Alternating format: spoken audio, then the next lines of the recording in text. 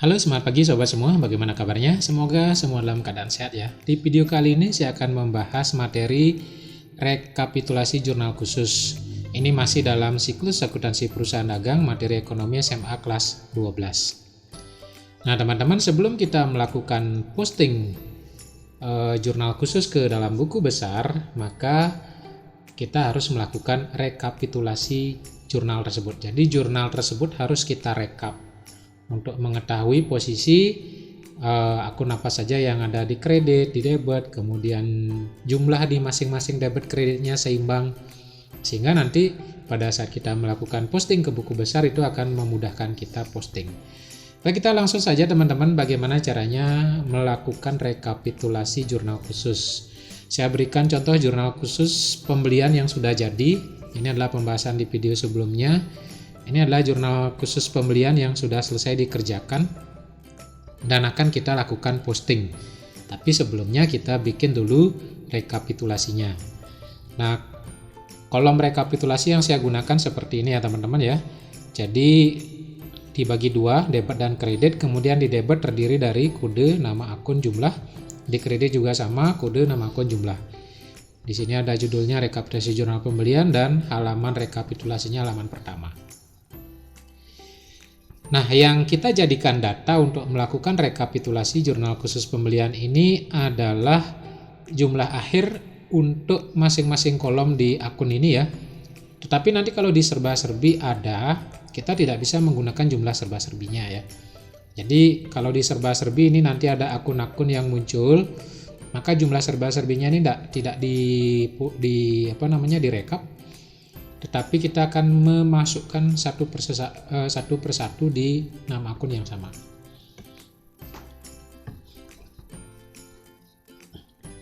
Nah, kita mulai saja merekap ya teman-teman ya. Kita rekap dulu yang ada di kolom debit. Jadi perhatian kita di kolom debit yang di sini ya. Ada pembelian, perlengkapan, serba-serbi ini ya. Ini kolom debit semua.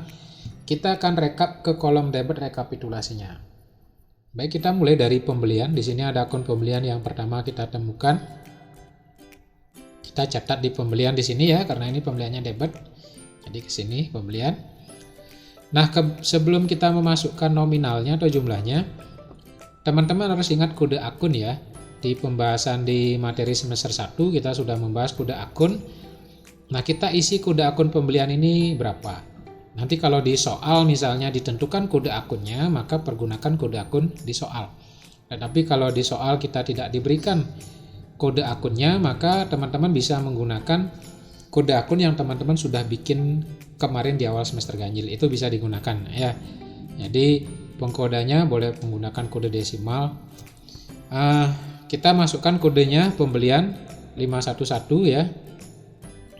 Nanti lebih lanjut silakan lihat pembahasan saya tentang kode akun.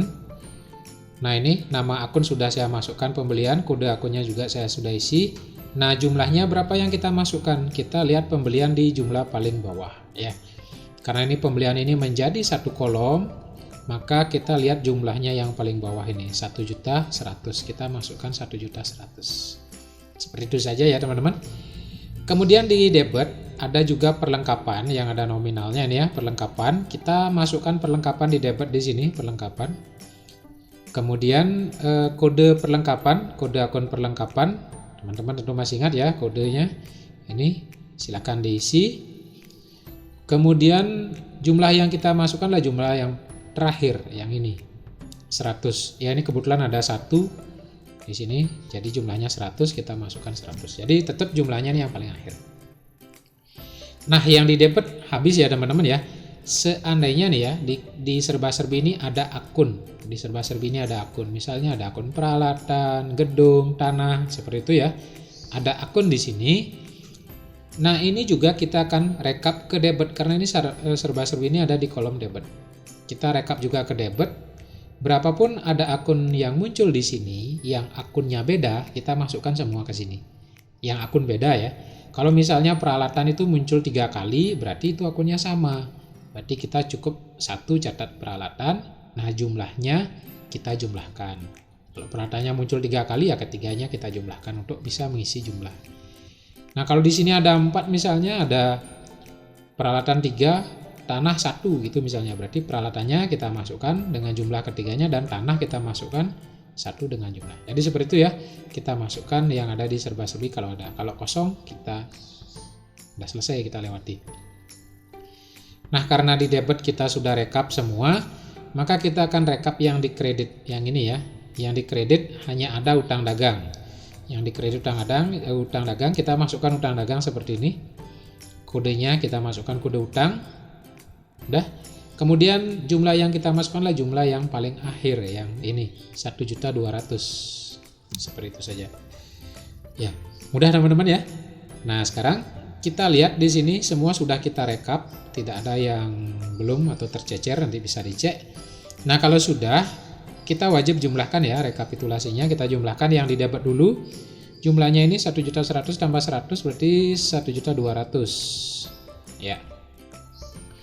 Kemudian yang di kredit juga kita jumlahkan. Nah, kebetulan ini ada 1 berarti jumlahnya langsung ke bawah. 1.200.000. Nanti kalau ada 2, ada 3, ada 4 ya kita jumlahin. Nanti kalau jumlahnya antara debit dan kredit sama, itu berarti rekapitulasinya betul dan pengerjaan jurnal penyesuaian di atasnya itu benar. Itu ya teman-teman ya. Itu rekapitulasi jurnal pembelian. Nah, sekarang kita lanjut ke rekapitulasi jurnal pengeluaran kas. Saya pakai jurnal khusus pengeluaran kas ini sudah saya bahas juga di video sebelumnya ya.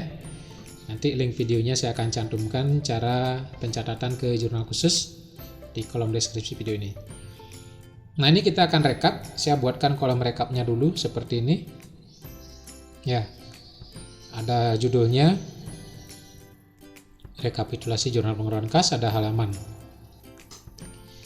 Nah, kita mulai rekap dari yang pertama. Yang pertama kita temukan di sini adalah utang. Utang ya. Ini cara cepatnya. Utang. Kita tuliskan utang di sini. Utang dagang ya dengan kode 211. Kemudian jumlah yang kita masukkan jumlah yang terakhir. Ini karena dalam bentuk kolom ya, jumlah yang terakhir. 1.100.000. Kemudian kolom yang kedua ada pembelian di debit. Ya, ada pembelian di debit, berarti kita catat pembelian dengan kode 511 pembeliannya, silakan nanti dicek kembali. Kemudian jumlah yang kita masukkan yang 300, ini 300.000 ya. Oke, 300.000. Sudah teman-teman ya, mudah ya. Kemudian masih ada yang di debit, jurnal pengeluaran kas di debit. Di sini ada beban angkut pembelian, ada beban angkut penjualan ya, ada 2. Berarti kedua-duanya kita harus rekap. Jadi kita rekap dulu beban angkut pembelian di sini, beban angkut pembelian.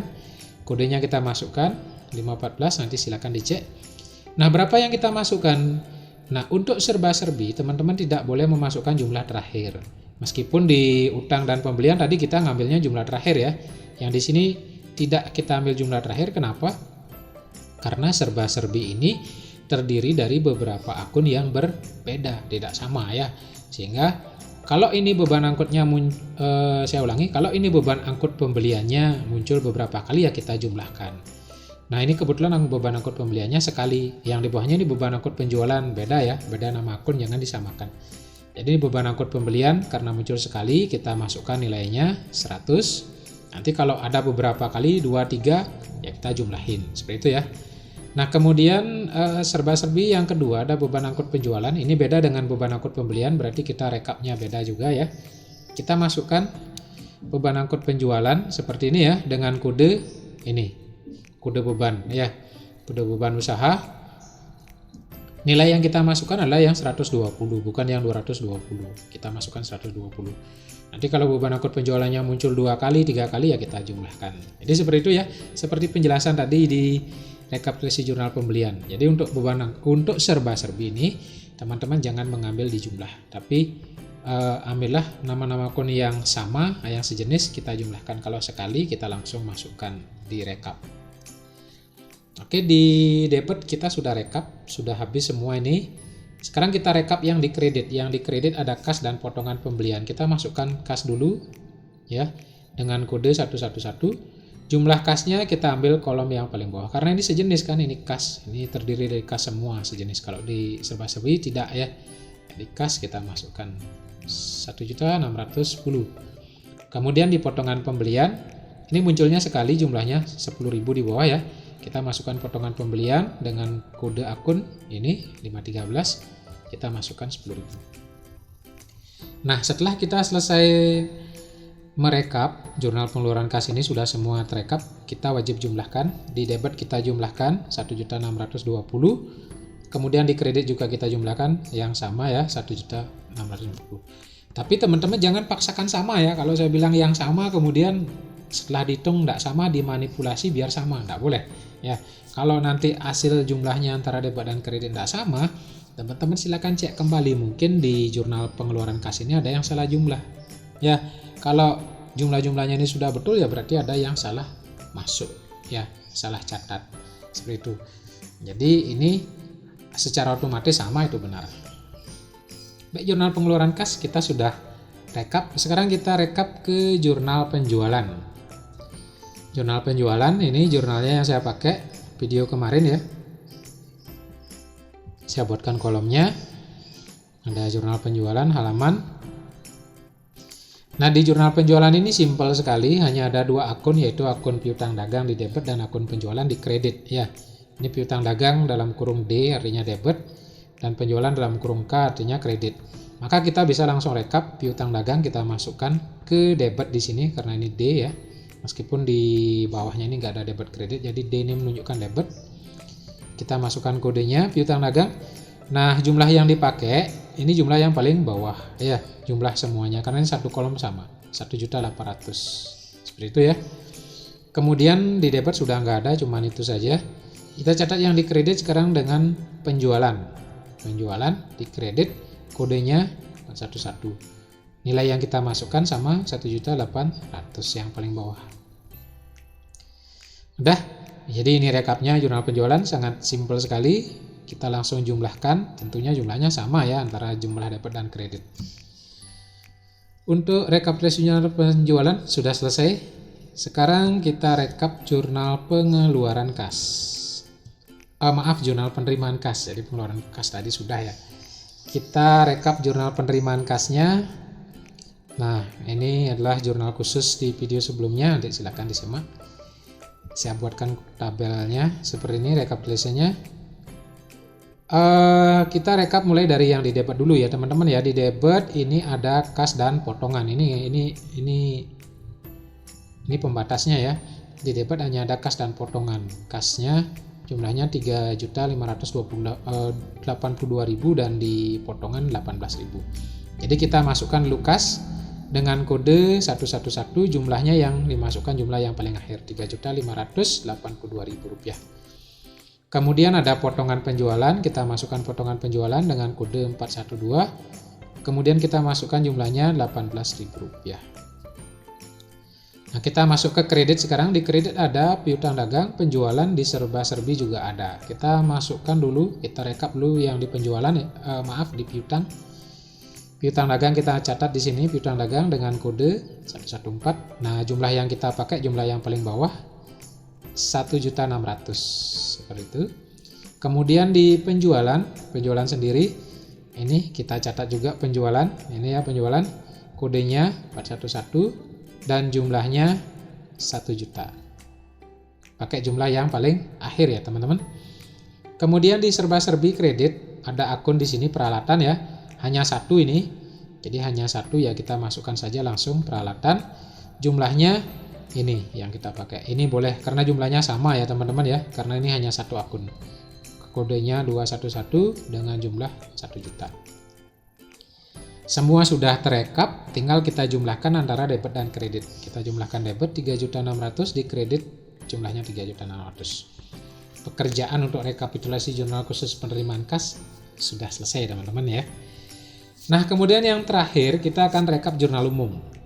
Saya pergunakan jurnal umum ini di video sebelumnya. Kemudian saya rekap. Nah, teman-teman sama ya di sini ya, debit kredit kita kumpulkan yang debit dulu ya, debit, kemudian baru yang kredit. Nah, kalau muncul 2 kali dijumlah kayak gitu aja, konsepnya sama. Kita mulai dari kas dulu, yang paling awal kita temukan kas. Kas ini muncul di debit sekali. Ingat, muncul di debit sekali meskipun di tanggal 14 ada di kredit. Ya ini di kredit, kita nggak hitung. kita cari kas yang di debit saja. Dari tanggal 7 sampai tanggal 15 hanya ada satu kas. Berarti kita masukkan kas di sini dengan kode 111. Jumlah yang kita masukkan bukan jumlah paling akhir, tetapi jumlah kasnya yang di debit ini 50.000. Kalau ada 2 di debit dijumlah nanti ya. Kalau ada 2 kas di debit jumlah. Kalau ada 3 kas di debit jumlah juga. Ini kebetulan 1 ya 1. Seperti itu teman-teman.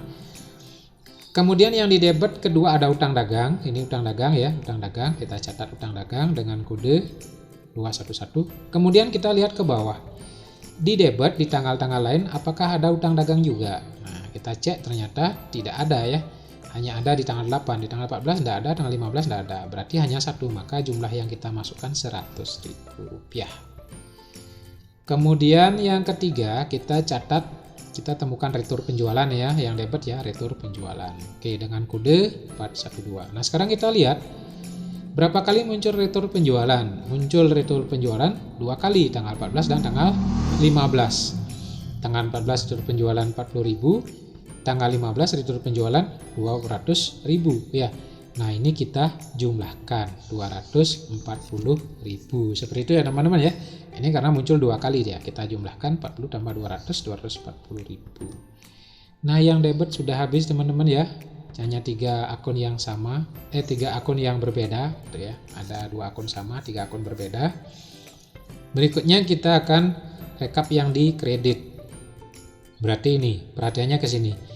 Yang pertama kita temukan retur pembelian, retur pembelian, kita catat retur pembelian. Retur pembelian berapa kali muncul? Kita lihat dari tanggal 7 sampai 15, retur pembelian itu munculnya 2 kali. Ya, di tanggal 7 dan 8 di kredit ini ya. Sehingga jumlahnya kita jumlahin ini, 50.000 ditambah 100.000 ya. Ini retur pembelian 50.000, retur pembelian lagi tanggal 8 100.000. Kita jumlahin jumlahnya 150. Kita masukkan dulu kodenya 512, jumlahnya 150 ya. Jelas ya teman-teman. Berikutnya kita lanjut untuk yang di kredit. Setelah retur pembelian ada kas kredit ya. Kita tuliskan kas kredit. Ini kas kredit dengan kode 111. Sekarang kita lihat kas di kredit berapa kali muncul. Kas di kredit munculnya sekali, hanya 40.000, maka kita masukkan jumlahnya Rp40.000 saja. Dan terakhir di kredit ada piutang dagang. Nah, piutang dagang kita masukkan dengan kode 114. Kita lihat piutang dagang ini berapa kali muncul di kredit. Piutang dagang hanya muncul sekali di kredit dengan jumlah Rp200.000, maka kita masukkan Rp200.000, bukan jumlah akhir. Seperti itu teman-teman ya. Nah, ini semua sudah kita rekap. Jadi sudah tidak ada tercecer lagi. Kalau sudah selesai kita rekap, kita wajib jumlahkan rekapitulasinya, jumlah debitnya 390 dan jumlah kreditnya 390. Jadi sama, pekerjaannya benar. Jadi seperti itu, mudah sekali kita membuat rekapitulasi jurnal khusus dan jurnal umum sebelum kita melakukan posting ke buku besar. Baik teman-teman, sekian dulu video saya ini. Mudah-mudahan bermanfaat. Jangan lupa video saya di like, di share. Yang belum subscribe, di subscribe. Nanti video selanjutnya saya akan membahas materi tentang posting jurnal khusus ke buku besar. Sekian dari saya, semangat pagi.